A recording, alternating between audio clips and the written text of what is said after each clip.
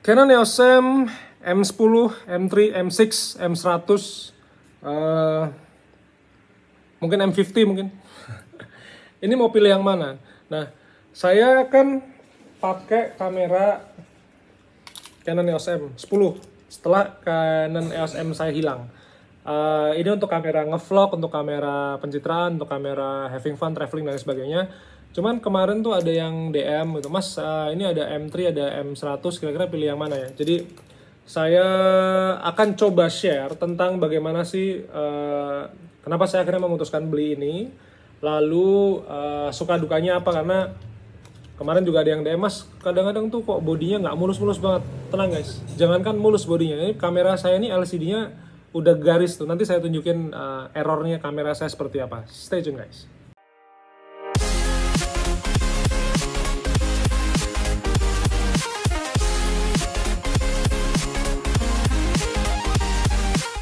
Selamat pagi dari kota Jogja teman-teman semua, nama saya Bima Aditya. Jadi terima kasih sekali sudah datang ke channel YouTube saya. Terima kasih sudah nanyain tentang pertimbangan untuk membeli kamera. Mungkin ini akan jadi kamera pertama teman-teman, jadi saya tahu teman-teman pasti akan sangat super excited.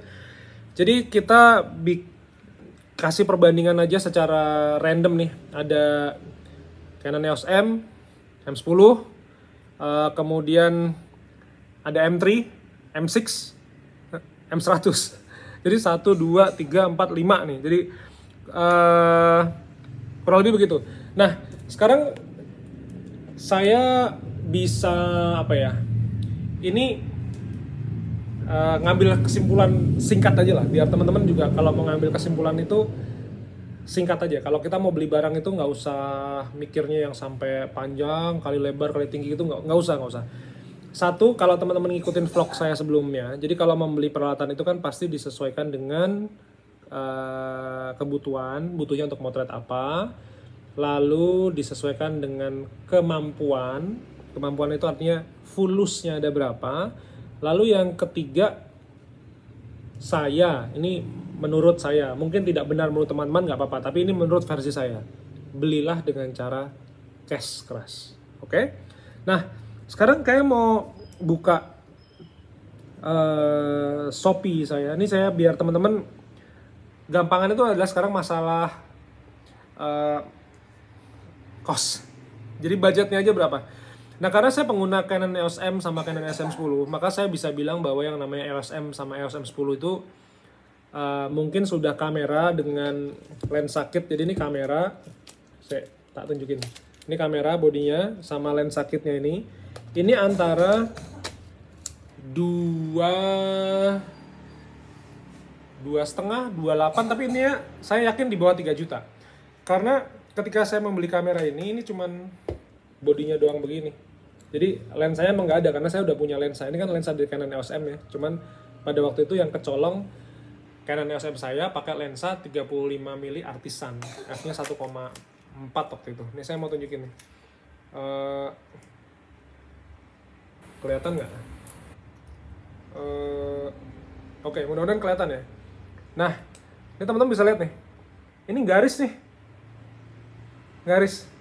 Cuman, apa namanya? Itu tuh nggak ngefek di ini, nggak ngefek di hasilnya. Nih, masih kelihatan ya. Kemarin saya motret. Ini udah approve loh guys. Nih, foto-foto ini approve semua nih.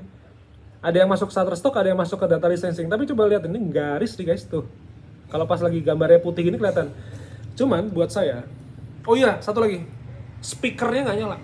Jadi dia bisa nangkap suara saya, tapi kalau pas outputnya speaker tuh kan yang mengeluarkan suara ya. Ini suaranya sember.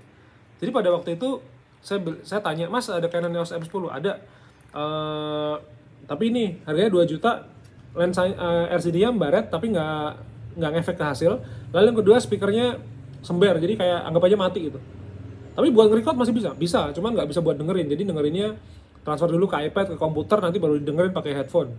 Wah ribet banget nih, cuman buat saya, udahlah, nggak masalah. Akhirnya saya beli. Nah maka kemarin ada yang DM juga, Mas, tapi kok kalau saya beli Canon EOS M10 itu tuh kok barangnya nggak bisa mulus. Nggak bisa mulus guys, karena ini kamera lama. EOS M saya itu kelahiran 2012, saya belinya 2014. Nah Canon EOS M10 itu kan kayak adiknya Canon EOS M. Jadi kurang lebih ya mungkin 2015-2016 gitu. Itu Canon EOS M dan Canon EOS M10. Sekarang saya coba cekin di Shopee ya. Kita ngomongin sekarang Canon EOS M3. Canon EOS M3 itu Canon EOS M3. Oke. Ini kalau saya ambil beberapa barang lah ya.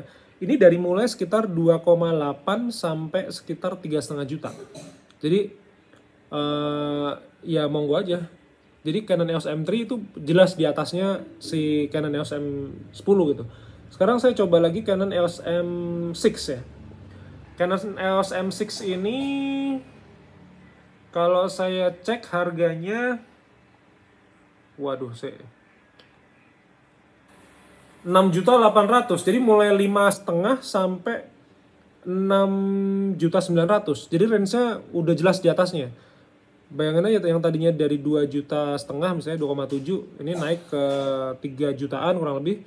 Ini naik lagi ke 6 jutaan. Jadi dari mulai 5,9, 5,8 sampai 6.900.000. Ini Canon EOS M6.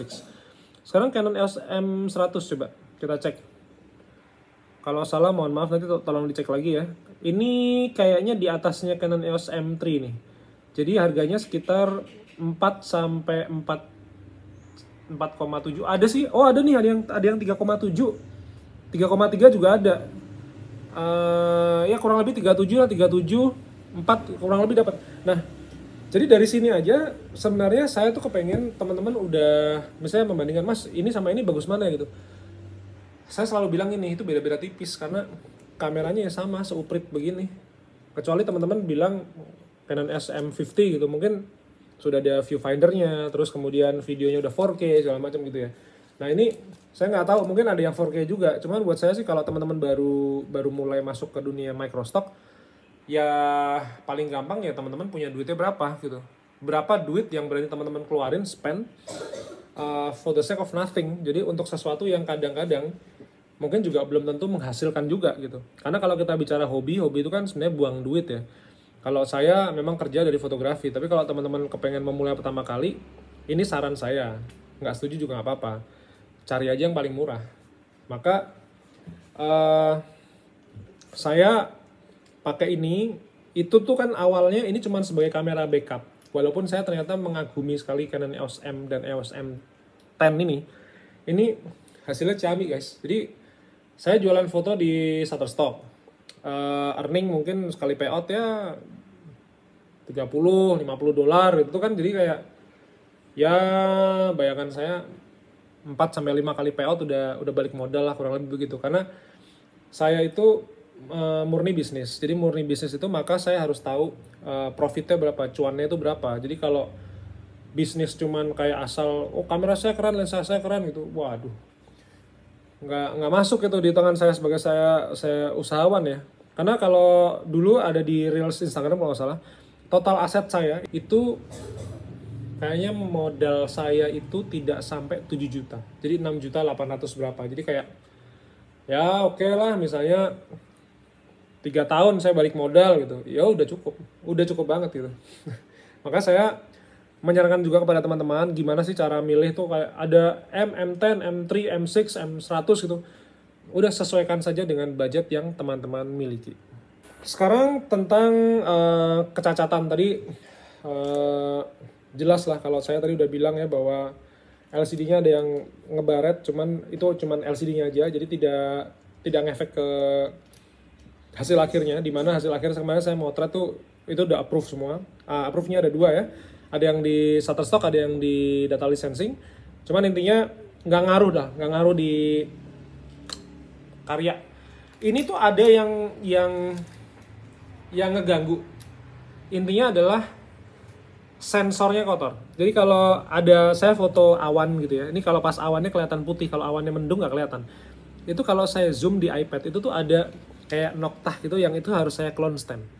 Jadi namanya juga kamera bekas ya. Saya dibilangin sama yang jual, Mas ini tapi ada sensornya kotor gitu, nanti ada titik hitamnya gitu. Buat saya nggak masalah. Saya tuh kayak pikir, Mas ini ada problem ini nggak masalah, Mas ini ada problem ini nggak masalah gitu. Karena saya pikir ya kalau misalnya kayak LCD nggak ngefek di hasil ya sudah selesai. Terus dulu kan saya nge-vlog pakai ini gitu. Ya selama audionya masuk walaupun speaker sember gitu buat saya nggak masalah.